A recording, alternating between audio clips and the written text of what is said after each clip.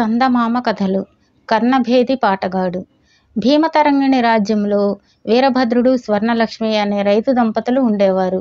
వాళ్లకు చాలా కాలం వరకు సంతానం కలగలేదు. స్వర్ణలక్ష్మి ఎన్నో వ్రతాలు, పూజలు చేయగా చేయగా అవి ఫలించి ఒక మగబిడ్డను ప్రసవించింది. కంటికి ఇంపుగా ఉన్న ఆ బిడ్డను చూసి మంత్రసాని సంతోషించేలోపుగా వాడు గుక్కపట్టి ఏడ్చాడు. ఆ ఏడుపు విన్న మంత్రసానికి గుండెలో దడ పుట్టింది. ఆ ఏడుపు అంత కన్న కఠోరంగా ఉన్నది. మరి స్పృహలో లేని స్వర్ణలక్ష్మికి కూడా ఆ ఏడుపు వల్ల చప్పున స్పృహ వచ్చింది.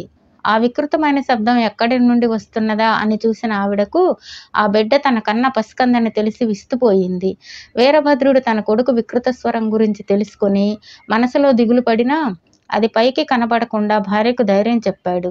ఆ రైతు దంపతులు కొడుకు రామశేఖరుడు అని పేరు పెట్టుకున్నారు.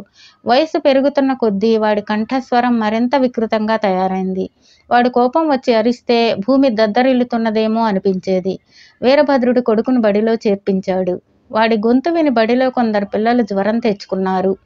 మరికొందరు వాణ్ణి అంత దూరాన చూస్తే చాలు చెప్పలేని భయంతో వణికిపోసాగారు. బడిపంతులు ఒకనాడు వీరభద్రుని కలిసి జరిగింది చెప్పి, అయ్యా, నాకు జీవనోపాధి బడి ఒక్కటే.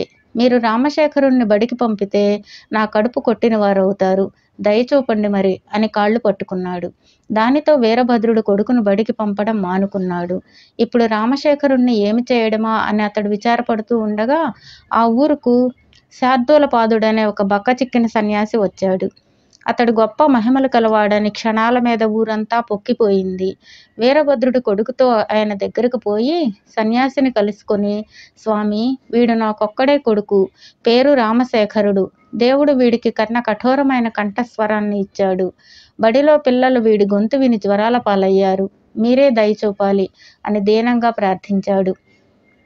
శార్దూలపాదుడు రామశేఖరుడి హస్తరేఖలు పరిశీలించి, వీడికి 20వ ఏట గొప్ప యోగం ఉన్నది. వీడి పాట వల్ల ఒక మహత్కార్యం సాధించబడుతుంది. వీడి తల మీద కనకవర్షం కురుస్తుంది. నా మాట తప్పదు అన్నాడు. ఇది విన్న వీరభద్రుడు ఏమీ తోచక తలగోక్కుంటూ ఇంటి దారి పట్టాడు. గొంతు వింటేనే కంపరం పుట్టే రామశేఖరుడు గొప్ప పాటగాడెలా అవుతాడో అతడికి ఏమాత్రం అర్థం కాలేదు. ఒక వారం పాటు ఆలోచించి వీరభద్రుడు కొడుకు పాటలు పాడడంలో శిక్షణ ఇప్పించి చూద్దామనుకున్నాడు. అతడు పొరుగురులో ఉన్న గానామృతపాణి అనే గాయకుడి దగ్గరకు కొడుకుని తీసుకుపోయి, అయ్యా, వీడికి పాటలు పాడడం నేర్పండి. ప్రతిఫలంగా తమరు కోరినది ఇచ్చుకుంటాను అన్నాడు. గానామృతపాణి రామశేఖరుడికి ఒక కీర్తన పాడి వినిపించి అలాగే పాడమన్నాడు. రామశేఖరుడు వెంటనే గళం విప్పాడు. అంతే, ఆకాశం ఉరిమి పిడుగులు పడినట్లయింది. గానామృతపాణి తన అరచేతిని రామశేఖరుడి నోటికి అడ్డుపెట్టి, నాయనా, చిన్నవాడివైపోయావు. లేకపోతే నీ కాళ్ళు పట్టుకునేవాణ్ణి. నాకసలే గుండెపోటు. నీవు పాట ఆపకపోతే ఈ క్షణమే నాకు భూమి మీద నూకలు చెల్లిపోతాయి అని వేదనతో కంటనీరు పెట్టుకున్నాడు. నాకు పాట సగంలో ఆపటం ఏమాత్రం ఇష్టం లేదు అన్నాడు రామశేఖరుడు కోపంగా. నన్ను కనికరించి పాట సగంలో ఆపినందుకు నీకు జన్మాంతం సుఖపడి ఉంటాను. నీకు ఎవరో పాట నేర్పనవసరం లేదు. కర్ణుడు సహజ కుండలాలతో పుట్టినట్లు నువ్వు జన్మతః పాటగాడిగానే పుట్టావు అన్నాడు గానామృతపాణి. అతడి మాటల్లోని వెటకారం వీరభద్రుడికి అర్థమైంది. రామశేఖరుడు మాత్రం తనకు పాటలు పాడడంలో సంపూర్ణమైన ప్రతిభ అలవడినట్లు ఆనందపడిపోయాడు. ఊరు చేరాక వీరభద్రుడు రామశేఖరుడికి, ఒరేయ్, నువ్వు గొప్పగా పాడతావని మన ఊళ్ళోని పాట విన్న వాళ్లకు నీ మీద అసూయ కలగవచ్చు. అందువల్ల నువ్వు నీ పాటను జనం మధ్య పాడకుండా ఎవరూ లేని ప్రాంతాలకు పోయి అక్కడ సాధన చేయి అని సలహా ఇచ్చాడు. ఈ సలహా రామశేఖరుడికి బాగా నచ్చింది. వాడొకనాడు ఊరికి దూరంగా ఉన్న ఒక కొండ ప్రాంతానికి పోయి ఒక రాతి మీద కూర్చుని గొంతు విప్పాడు. ఆ ఊరి పూజారి శటగోపానికి మూలికా వైద్యంలో ప్రవేశం ఉంది. ఆయన మూలికల కోసం కొండ దగ్గరకు వచ్చి రామశేఖరుడి కర్ణభేది లాంటి పాట విని హడలిపోయాడు. ఆయన వాణ్ణి దగ్గరకు పిలిచి, ఒరే శేఖరం, దూరం నుంచి నీ పాట విని ఆకాశం నుండి ఏ గంధర్వుడో కిందకు దిగి పాడుతున్నాడేమో అనుకున్నాను. తీరా చూస్తే నువ్వు. మన మహారాజు గారిని దర్శించి నీ గంధర్వగానం వినిపించు. నీకు ఘన సన్మానం తప్పక చేస్తారు అన్నాడు. ఆ మాట నమ్మిన రామశేఖరుడు మరెవ్వరితోనూ చెప్పకుండా రాజుగారి వద్దకు బయలుదేరాడు. అదే సమయంలో ఆ రాజ్యం రాజు సుప్రభాతుడు ఒక చిక్కు సమస్యతో కొట్టుమిట్టాడుతున్నాడు. పొరుగు దేశపు రాజు చండమార్తాండుడు హఠాత్తుగా సుప్రభాతుడి రాజ్యంపై దండయాత్రకు బయలుదేరాడు. పులి మీద పుట్రలా సుప్రభాతుడి సేనాపతికి విషజ్వరం సోకింది. సుప్రభాతుడు ఏం చేయాలో పాలుపోక తలపట్టుకు కూర్చున్నాడు. అంతలో ఒక భటుడు వచ్చి, మహారాజా, రామశేఖరుడనే పాటగాడు వచ్చాడు. తన పాటతో మీకు వీణుల విందు చేస్తాడట, పంపించమంటారా అని అడిగాడు. రాజు పంపమన్నట్లు తల ఊపాడు.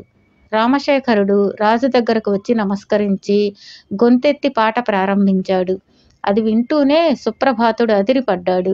శత్రురాజు నగరం మీద శతఘ్నులు పేల్చడం ఆరంభించాడని కలవరపడిపోయాడు. అంతఃపురంలోని మహారాణులు భీమతరంగిణి నది గట్లు తెగి హఠాత్తుగా వరద వచ్చినట్లు బెంబేలెత్తిపోయారు.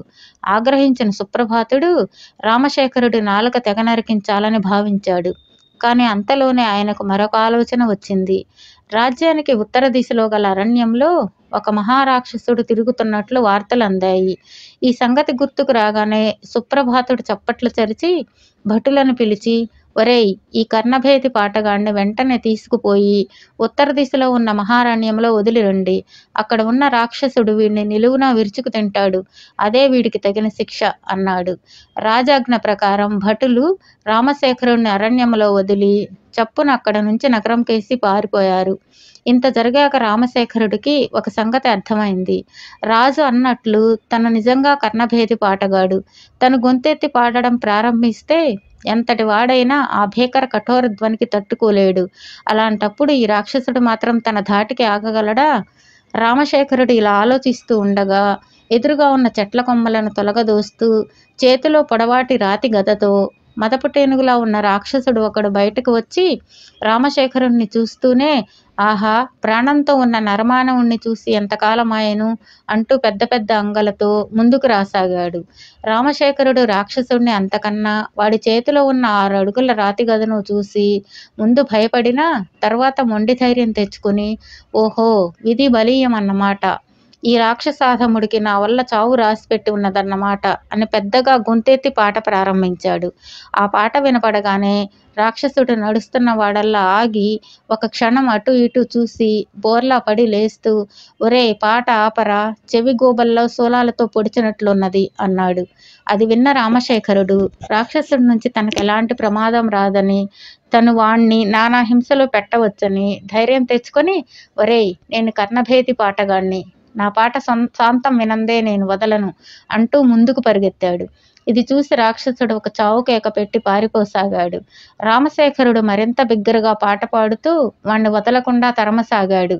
అదే సమయంలో శత్రురాజు చండమార్తాండు భీమతరంగిణి రాజ్యంపైకి సైన్యంతో ఆ మార్గాన వస్తున్నాడు. పర్వతాకారుడైన రాక్షసుడు పరుగు తీస్తూ తమ వైపు రావడం చూసి సైనికులు బెంబేలెత్తిపోయారు. ఇది చూసి చండమార్తాండు భయకంపితుడై భీమతరంగిణి రాజ్యంలోని ఒక సామాన్య పౌరుడే రాక్షసుడిని వెంటపడి తరుముతుంటే ఇక ఆ రాజ్య సైనికులు మరెంత వీరాధివీరులై ఉంటారో అనుకుని వెంటనే గుర్రాన్ని వెనక్కి తిప్పి పారిపోయాడు. ఈ లోపల రాక్షసుడు రామశేఖరుడి కర్ణభేది పాట నుండి తప్పించుకోవడానికి దారిలో ఎదురైన సైనికులను తన రాతి గదతో అందినవాణ్ణి అందినట్లు కొడుతూ, వింధ్య పర్వతాలెక్కడ అంటూ గుట్టలు పుట్టలు మీద నుంచి కుప్పించి దూకుతూ పరిగెత్తసాగాడు. ఈ జరిగినదంతా రాజు సుప్రభాతుడికి గూఢచారుల ద్వారా తెలిసింది. రాజ్యానికి యుద్ధ ప్రమాదం తప్పిపోవడానికి కారణం రామశేఖరుడి కర్ణభేది పాటేనని ఆయన గ్రహించాడు.